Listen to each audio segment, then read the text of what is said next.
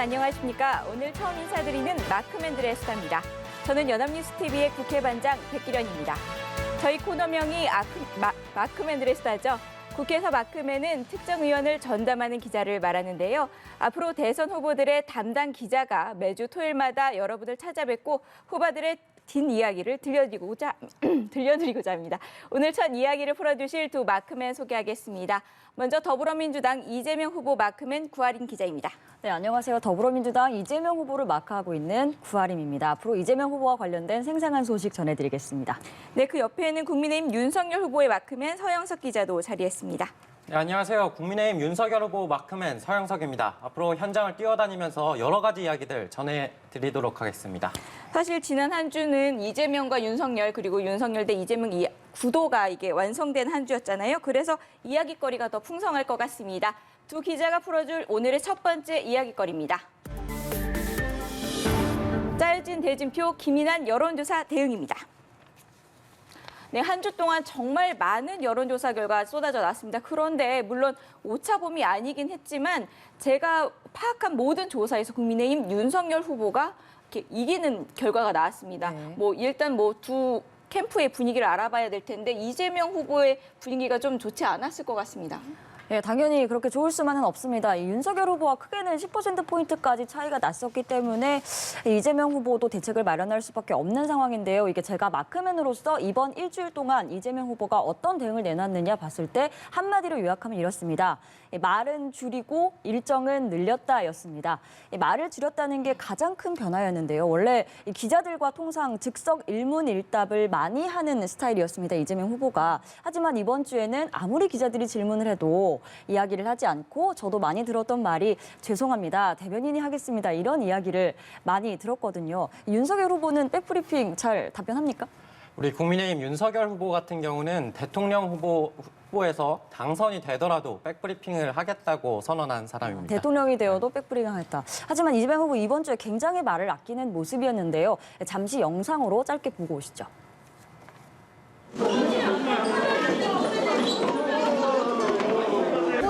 지금 마지막 일정인데 그동안 2030 세대 만나면서 좀 어떤 느낌 드셨는지 그 한 말씀만. 왜냐면 급하게 사라지는 모습을 보여줬습니다. 이재명 후보. 두 가지 이유가 있을 것 같은데요. 첫 번째는 불필요한 말을 줄여서 말 실수를 줄이자. 지금 지지율이 뒤처지는 상황이긴 하지만 급박하게 지지율을 높이기 위해서 어떤 공격적인 대응책을 내놓는다기보다는 실수를 줄이자는 그런 전략이었던 것 같고요.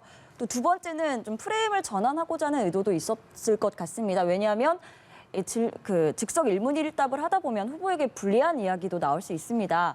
또 그런 이야기를 하기보다는 자신이 지금 추진하고 있는 정책 행보, 청년 정책, 또 경제 정책 이런 쪽에 초점을 맞춰서 일정을 소화하고 그런 좀 전략을 보였던 것 같습니다. 그렇다면 요즘에 지지율이 잘 나오고 있는 윤석열 후보 측의 대응은 어땠습니까? 네, 한마디로 컨벤션 효과를 톡톡히 누리고 있다겠습니다. 여론조사가 줄줄이 쏟아졌는데요. 한 여론조사에 의하면 최고 47%까지 기록하면서 이재명 후보는 그때 33% 정도였더라고요. 네. 통상 오차 범위가 플러스 마이너스 3% 정도인 걸 감안하면 오차 범위를 밖으로도 좋은 지표들을 보이고 있습니다. 다만 이러한 좋은 지표들이 계속될 거라고 보기는 좀 어려울 것 같은데요. 최근 당 지지율만 보면 국민의힘과 민주당 지지율 격차가 좁아지는 추세이고 또 2030 탈당 러시 소식 많이 전해지지 않았습니까? 또 선대위 구성에 있어서도 경쟁자였던 홍준표 후보 같은 경우는 선대위에 이제 참여를 하지 않겠다고 선언했기 때문에 이런 것들이 향후 윤석열 후보의 지지율에 큰 영향을 미칠 것으로 보입니다. 첫 주이긴 하지만 양측 다 좀 냉정하게 상황을 판단하고 대응을 하고 있는 것 같은데 이재명 후보가 지금 버스 타고 달리고 있다고요? 네, 그렇습니다. 어제부터 일명 메타버스라는 걸 타고 지금 부울경 지역으로 떠났습니다. 지방을 순회하겠다는 건데요. 이재명 후보는 이 메타버스 일정에서도 청년을 방점에 뒀습니다. 서영석 기자가 얘기한 대로 지금 2030 지지율이 두 후보 모두에게 가장 큰 문제이기 때문에 이 청년과 관련된 일정을 많이 소화하고 있는데요. 이재명 후보의 경우에는 20대에 대한 지지율보다 이제 40대 지지율이 2배 이상 높은 경우도 있고 두 후보 모두에게 굉장히 큰 과제입니다. 그래서 어제 저녁의 경우에는 이 울산에서 일정이 있었는데요. 여러 청년들을 많이 초대해서 청년들의 진솔한 이야기를 듣고 직접 대답하는 시간을 시간도 가졌습니다. 청년들이 부모 세대보다 경제적 여건이 좋지 않은데 대통령이 된다면 어떻게 책임지실 거냐, 어떻게 정책을 펴실 거냐, 이런 질문들, 또 이민 가고 싶다거나 일자리 문제 어떻게 해결하실 거냐, 이렇게 이야기를 많이 했는데 후보가 직접 답하는 그런 모습을 보이면서 아무래도 청년에 중점을 두는 모습을 보였습니다. 윤 후보도 사실은 이게 본선 첫 주라서 상당히 바쁜 한 주를 보냈잖아요. 서영석 기자, 광주 봉화 동행 취재하고 왔는데 이 동행 취재 5글자로 한번 소감을 말해본다면 어떻죠? 네, 1박 2일 윤석열 후보 일정에 동행 취재를 했는데요. 한마디로 말하면 5글자가 아니고 아수라장 같았습니다. 4글자네요. 네네, 4글자예요. 당시 화면 같이 보시고 설명드리도록 하겠습니다. 5.18을 부정하는 윤석열을 지금 보시면 윤석열 후보가 5.18 민주묘역을 참배하기 위해서 들어서는 모습인데요. 아까 들으시다시피 5.18 부정하는 윤석열 물러가라 이런 소리도 들을 수가 있고 윤석열 후보 지지자들은 또 윤석열 후보의 이름을 또 호명하면서 응원을 하고 있는 모습입니다. 상당히 어지러운 모습인데요. 당시 경찰들이 윤석열 후보와 참배를 위해 모인 사람들을 호위하고 있었지만 주변에는 윤석열 후보의 방문을 반대하는 시민들의 집회와 기자회견이 끊이지 않고 일어났습니다. 그렇게 하다가 결국 윤석열 후보는 사과는 하긴 했지만 반대하시는 분들의 가로막혀서 발길을 돌려야 했습니다. 근데 제가 듣기로 이 윤석열 후보가 이 떠난 뒤에 광주에 쌍무지개가 떴다 이런 이야기를 봤는데 그게 무슨 얘기인가요? 네, 윤석열 후보가 발길을 돌린 뒤에 광주 하늘에는 무지개가 떴는데요. 그것도 2개나 떴습니다. 이게 희귀한 일이어서 꽤 화제가 됐습니다. 그런데 이 무지개를 보고 해석이 제각각이었습니다. 윤석열 후보를 지지하는 쪽에서는 윤석열 후보가 진심을 다해서 사과했다는 의미에서 하늘에서 이렇게 무지개가 떴다고 그렇게 해석을 한 반면에 윤석열 후보의 방문을 반대했던 사람들은 이 무지개를 보고 윤석열 후보가 사과를 제대로 하지 못하고 떠나갔기 때문에 이렇게 무지개가 떴다고 해석을 하더라고요. 현장에서 1박 2일 동안 취재를 하다 보니까 이제 윤석열 후보가 본격적으로 외연 확장 행보에 나섰는데 그 갈 길이 멀다고 좀 느끼게 됐습니다. 윤 후보가 이제 광주에서 떠나오면서 앞으로도 이 행보를 계속하겠다, 이 마음 계속 가져가겠다 이렇게 얘기를 했는데 앞으로 윤 후보가 계속 이런 행보를 할지 좀 지켜봐야 할 것 같습니다. 앞으로 이제 계속 이 두 후보가 어떻게 행보를 할지 지켜보고요. 이제 주제를 한번 넘겨보도록 하겠습니다. 두 번째 주제 보시죠. MZ세대를 잡아랍니다. 네, 아슬아슬하게 저를 포함해서 이 세 기자가 모두 MZ세대이긴 한데요. 요즘 이 MZ세대를 두고 이 두 후보가 고민이 아주 많다고 합니다. 먼저 윤 후보 어떤가요? 네, 지난 5일이었습니다. 전당대회 끝나고 윤석열 후보가 최종 후보로 선출이 됐지만 당 안팎에서 이런 평가를 받았습니다. 당심의 갇힌 후보다. 좀 충격적인 말이기도 한데요. 경선 중에는 이런 말까지 들었습니다. 398 후보라는 소리까지 들은 건데요. 이 398 후보가 무슨 뜻이냐면 20대에게서는 3%, 30대에서는 9%, 40대에서는 8%밖에 지지를 받지 못한다는 뜻입니다. 그러니까 젊은 사람들한테는 윤석열 후보가 그렇게 호감이 가지 않는다는 뜻으로 읽힐 수 있는 포인트인데요. 최근 2030 세대들이 국민의힘을 탈당하는 걸 보면서도 이게 점점 현실화되고 있다는 것을 볼 수가 있습니다. 윤석열 후보는 이런 점들을 신경 쓰고 있는 것 같은데요. 후보 선출 이후 가장 먼저 달려간 곳이 청년의 날 행사였고 또 그 전에는 경의선 숲길까지 찾았습니다.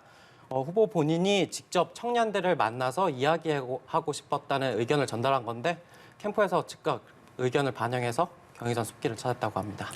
이재명 후보도 MZ세대를 잡기 위해서 행보를 조금 해야 될 것 같아요. 네, 그렇습니다. 말씀하신 대로 지금 20, 30대 지지율이 이재명 후보한테도 굉장히 큰 과제입니다. 이재명 후보 역시 이런 점을 인식했는지 소확행 공약이라고 해서 첫 번째 공약을 자신의 페이스북에 게재를 했습니다. 뭐였냐면 가상자산 과세를 유예하겠다 이런 내용이었거든요. 가상자산 투자하십니까?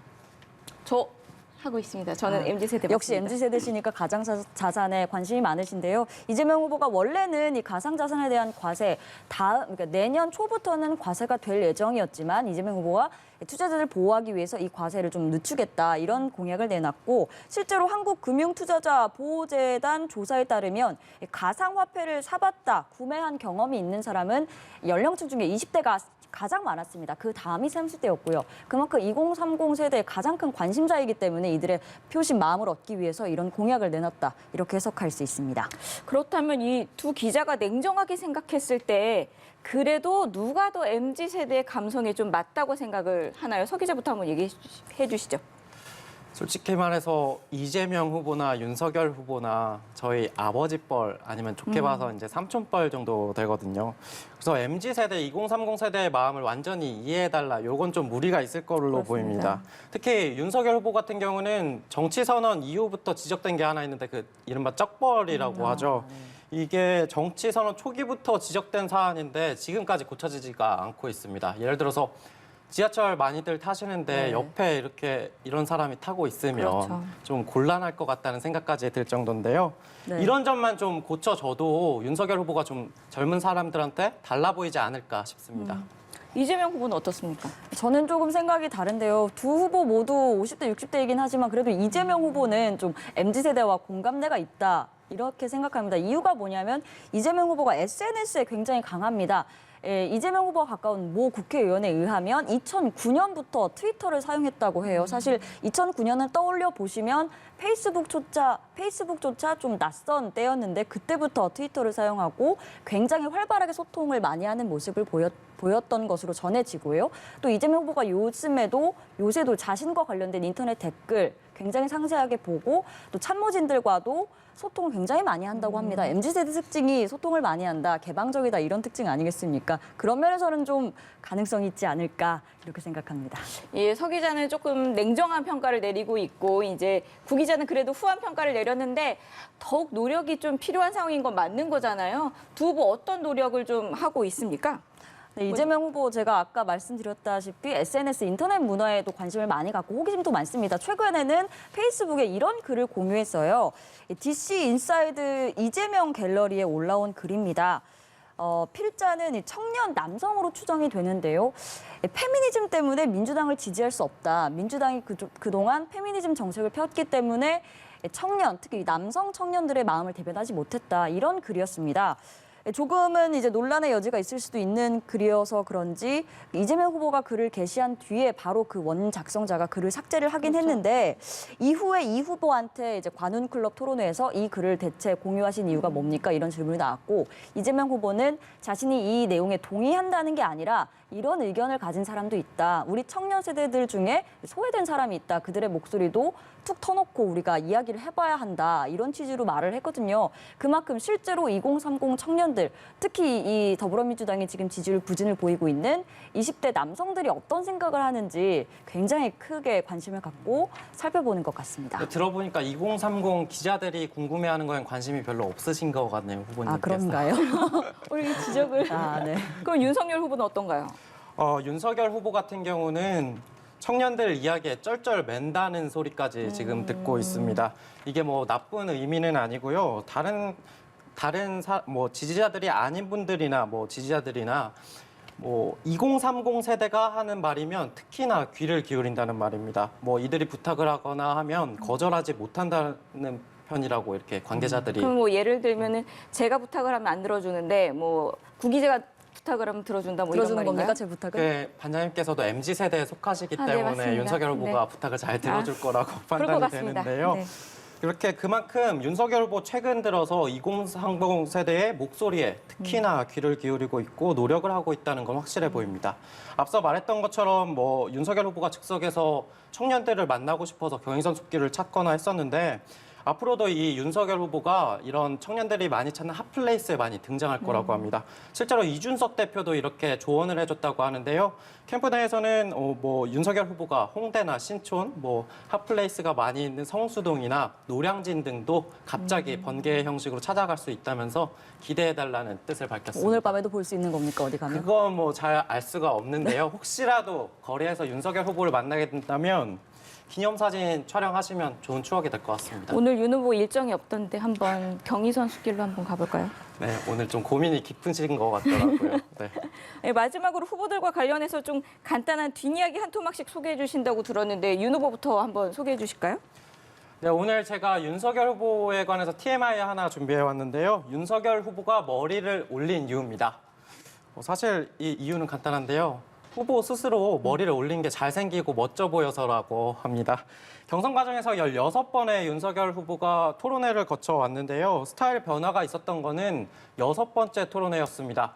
거기서 방송사 분장실에서 처음으로 이렇게 윤석열 후보의 머리를 올려줬는데 윤석열 후보 스스로 이 모습이 되게 자신감 있어 보이고 잘생겨 보인다고 생각을 했었는지 스스로 잘생겨 보인다고 얘기를 한 건가요? 스스로 그렇게 전했다고 하더라고요. 네, 그게 중요한 겁니다. 그래서 평소 윤석열 후보 같은 경우는 멋을 부린다거나 이렇게 스타일링에 관심은 없는 편인데 이날 이후로는 방송에 출연할 때마다 그때 사진을 간직해서 보여주면서 이렇게 똑같이 해주세요 한다고 하더라고요. 이재명 후보는 요즘 딱 붙는 옷을 이렇게 클래식 수트라고 하나요? 그렇죠. 그런 굉장히 많이 옷을 잘 입더라고요. 입으시는 것 같은데요. 뭐 이재명 후보에 대해서도 스타일 이야기를 빼놓을 수가 없습니다. 이재명 후보 살아온 길과는 달리 은근히 패션과 스타일에 관심이 많다고 합니다. 동료 그 참모들 그리고 이제 친한 정치인들에게 너 옷이 왜 그러냐 이렇게 지적을 하면서 농담을 할 때도 있다고 할 정도인데요. 요즘에는 운동화보다는 구두 그리고 앵커님 말씀하신 것처럼 편한 옷보다는 양복을 잘 갖춰 있는 모습을 많이 볼 수 있습니다. 대통령 후보로서 진중한 모습, 무게감 있는 모습을 그런 외형적으로도 이제 표현하기 위해서 그런 옷을 많이 입는 것 같고요. 그리고 이 이재명 후보가 요즘에 그 트레이드마크 같은 헤어스타일이 있습니다. 약간 이렇게 볼륨을 준 헤어스타일을 유지하고 있는데 어제 저녁에 부산 일정에서도 너무나 잘 고정된 그런 헤어스타일로 등장을 해서 저 말고 다른 마크맨들이 놀라서 후보님 어떻게 이렇게 머리 스타일을 유지하냐 그랬더니 나도 코디가 있다, 관리를 열심히 한다 이렇게 얘기를 하셨다고 하고 또 이제 자기 지금 머리 헤어스타일 굉장히 마음에 든다 이렇게 말을 했다고 하네요. 두 분 모두 이 자신의 헤어스타일에 이렇게 자부심을 느끼고 계시네요. 자, 오늘은 두 후보의 패션 뒷이야기로 첫 수다 마무리할 것 같습니다. 저희는 다음 주에도 찾아뵙겠습니다. 감사합니다.